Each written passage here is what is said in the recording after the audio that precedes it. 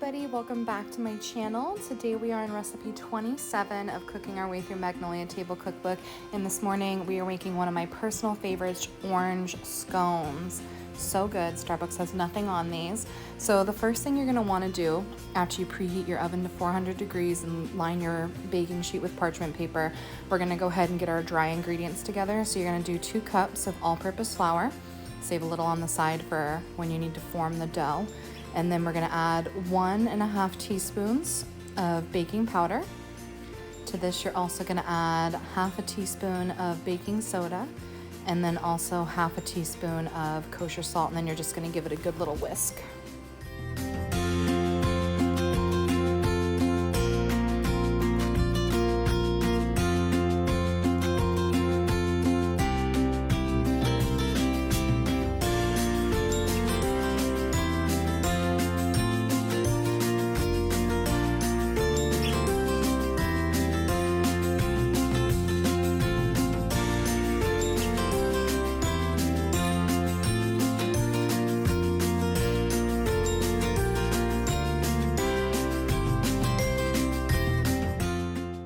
Now that the dry mixture is whisked together and all combined, you're going to take 1 egg, and then you're going to add 3/4 cup of sour cream. I didn't have a 3/4 cup measuring, so I went ahead and I winged it. I did 1/2 cup plus 1/4 cup. And then you're just going to want to thoroughly combine this until it's like a really kind of smooth, creamy mixture.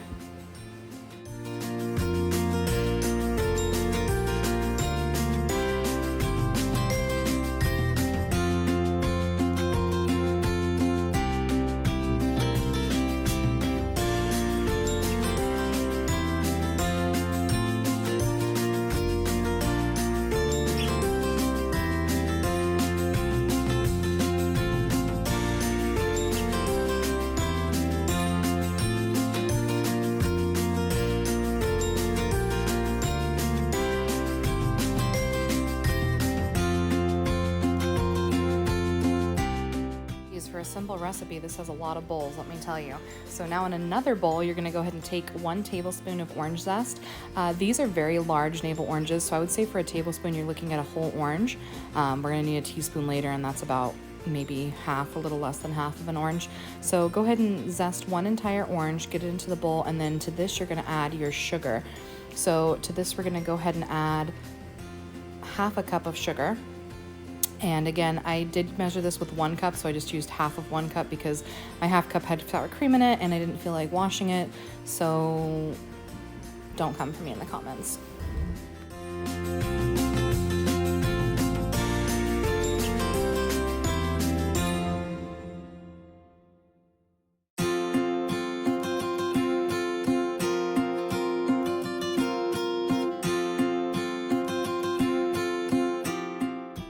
This is very important. It says specifically with a spoon in the directions to go ahead and really crush that orange zest in with the sugar.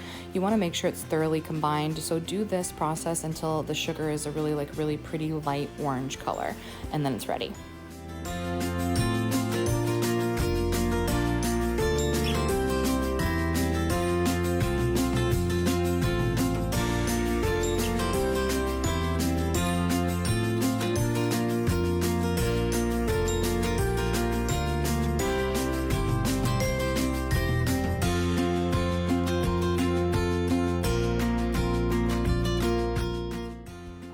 So now we're going to have to combine that sugar and zest in with your flour mixture.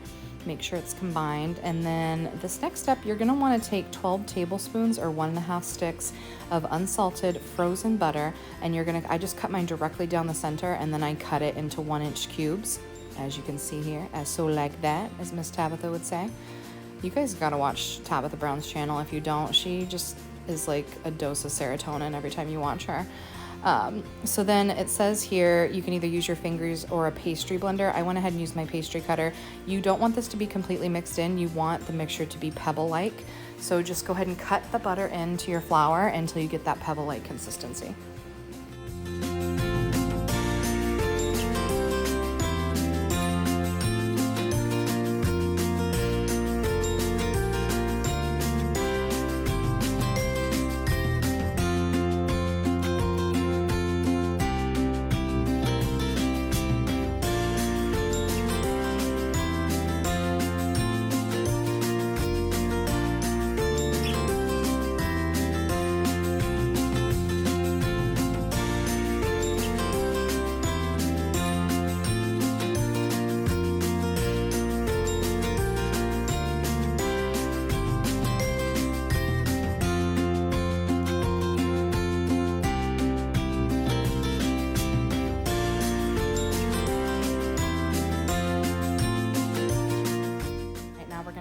add that egg and sour cream mixture.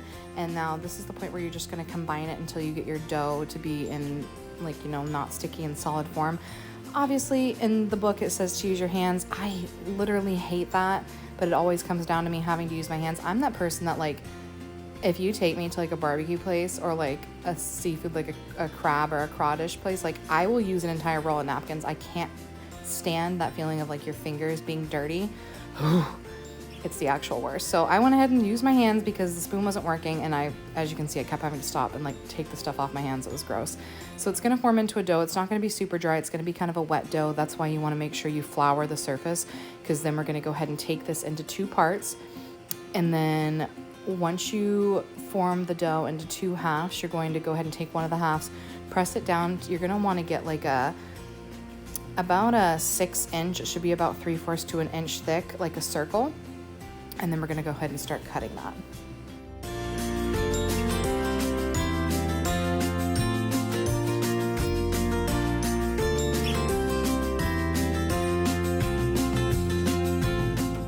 So now that I've thoroughly washed my hands 8,000 times to get every last bit of stick off my hands. Oh, also my hands are orange because I used overtone on my hair last night, so that's why they're dyed orange. It's not like a fake tan or, you know, anything weird. It's just a little bit of hair dye that I've scrubbed 8,000 times. So yeah, now we're getting the dough cut in half, and you're gonna make it into that 6-inch circle. Like I said, about 3/4 to an inch thick. And then you're gonna cut each one of these into 6 pieces. I did this twice because the first time I cut it like half and half, and then I realized that was gonna create 8 pieces, so I had to do it again. So don't be like me and just follow the directions the first time and you'll be fine. I ended up using just like a spatula because I didn't have just like a dull flat edge. See, this is me redoing it after I realized I did it wrong the first time. So practice makes perfect, kids. There we go. Once you got your desired shape, go ahead and take a flat edge. Doesn't have to be a spatula if you don't want, but I'm using my countertops, so I didn't want anything to ruin it. So I just did 1 triangle, and then I went whoop, and I went whoop, and then I realized I just had to do the same to the other side, and that equaled 6. These expand quite a bit in the oven, so don't be like, oh my god, these are so small. They really come out really large. So you're going to do that again with the second half, and then you're going to arrange them on the baking sheet. This cooks at 400 degrees. It said between 13 and 15 minutes. Mine were ready at 13 minutes. So whatever, I mean, do your own thing. Just keep an eye on them. I always start at the lowest amount of time anyways, because I'm so afraid of something being burnt. But yeah, then you're just gonna go ahead and pop those in the oven, and after that we're gonna start making our little maple glaze.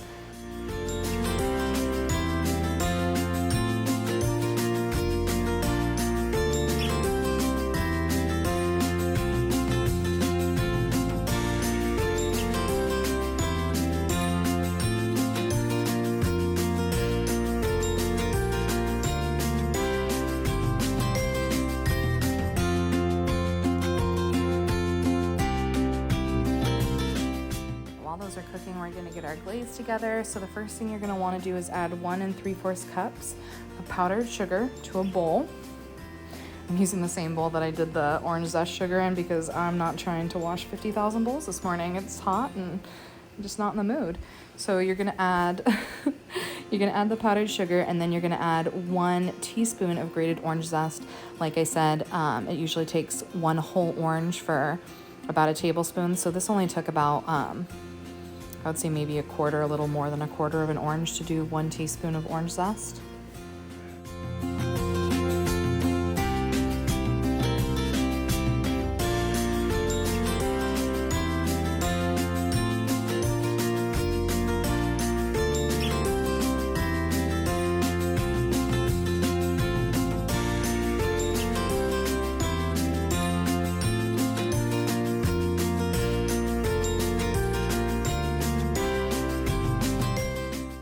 To this mix, you're going to go ahead and add 1 teaspoon of pure vanilla extract, and you're also going to add 1/2 a teaspoon of pure maple syrup. I know it doesn't seem like a lot, but this stuff is so like pure that just a tiny bit gives a really, really mapley flavor. And then to this, you're also going to add 3 tablespoons of unsalted melted butter, and then you're looking at 3 tablespoons of fresh orange juice. I just went ahead and took 1/2 of an orange that I'd already zested and squeezed in there till I felt like it looked like 3 tablespoons. but you know, if you need to measure it out, do your thing. I kept it to the side too while I was whisking it, just in case the consistency was off. And then you're going to go ahead and take a small little whisk and whisk this together, and then that's literally it. That's your glaze. All you have to do once these come out of the oven is put them on a cooling rack, and then you can drizzle them with this glaze, which with however like little or much you want, and then you're set to serve. These are so good, so delicious, and I could literally eat 15 all at once. I did eat one already while I was making this, and it was incredible. Thank you guys so much for watching. I'm gonna post some finished product pictures at the end. Go ahead and like, subscribe, share away, and stay tuned for our next video.